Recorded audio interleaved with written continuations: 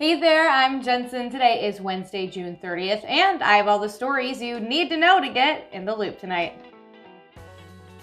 First, Bill Cosby is once again a free man. The Pennsylvania Supreme Court overturned his sexual assault conviction earlier today, and he's been released from prison. Cosby served more than 2 years of a 3 to 10-year sentence. The 83-year-old, who was once known as America's Dad, was convicted of drugging and molesting Andrea Constant. Justices have ruled Cosby was denied a fair trial due to admission into trial of prior bad acts witnesses and Cosby's earlier Quaalude deposition, and a written agreement from Bruce Castor, who testified that while he was DA, he promised Cosby he would not file criminal charges if he would testify in a civil lawsuit Constant filed against him in 2005. Supreme Court justices have now also barred a retrial. At least 60 other women have come forward with stories similar to Constant's. So far, prosecutors have not said whether or not they will appeal. And another TV actor, Allison Mack, is heading to prison for her role in the group NXIVM. Mack played a key role in the scandal-ridden cult-like group NXIVM and was sentenced to 3 years in prison Wednesday on charges she manipulated women into becoming sex slaves for the group's spiritual leader.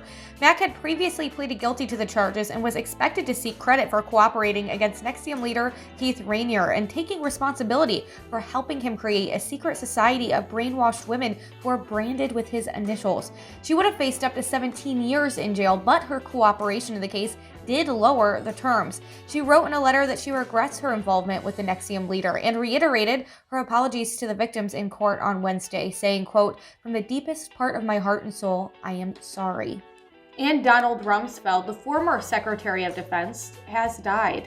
Rumsfeld oversaw the U.S. invasion and occupation of Iraq and was a longtime Republican foreign policy hand. He first served as Defense Secretary from 1975 to 1977 under President Gerald Ford before entering the private sector. He then served a second time from 2001 to 2006 under President George W. Bush. His family released a statement earlier today. It read, in part, "It is with deep sadness we share the news of the passing of Donald Rumsfeld." The statement confirmed the 88-year-old was surrounded by family in his New Mexico home when he passed.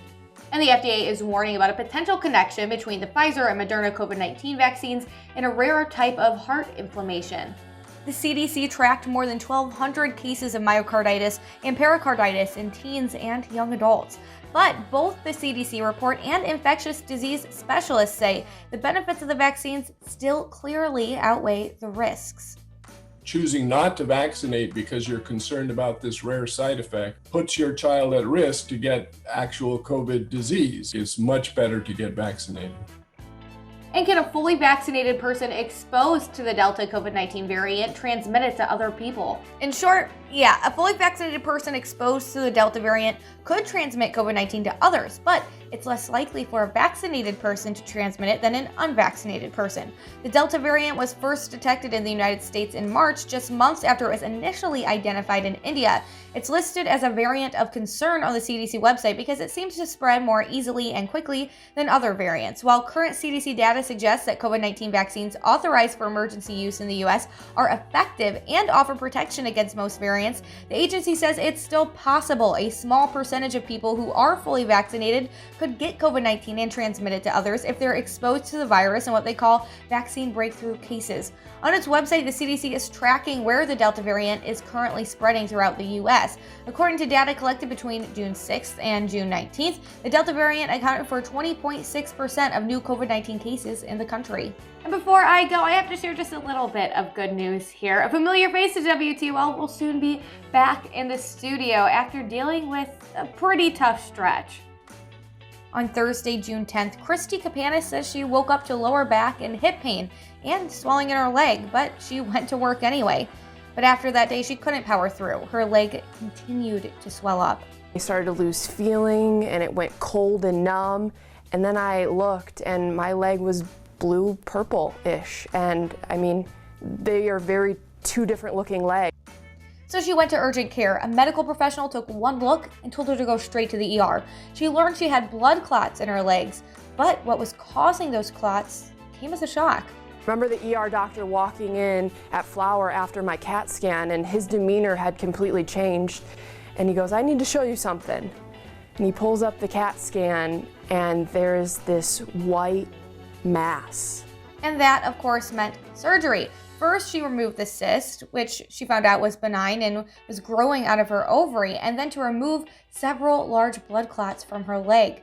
10 months ago, Kristi started a journey to lose weight. She lost 60 pounds. She believes if she hadn't lost that weight, the mass that she never noticed may have continued to go on undetected. She's now less than 10 pounds away from her goal of losing 100 pounds, but first, she's got to recover. Doctors say it'll be a few weeks before she can start driving and moving around a bit. She says she's had a few complications post-surgery, but she's in great spirits and is antsy to get back to the station. And we are so excited to have you back, Kristi, but that's all I have for you today. If you like this video, hit that like button, and of course, subscribe to our YouTube channel. I'm Jensen, and now you're in the loop.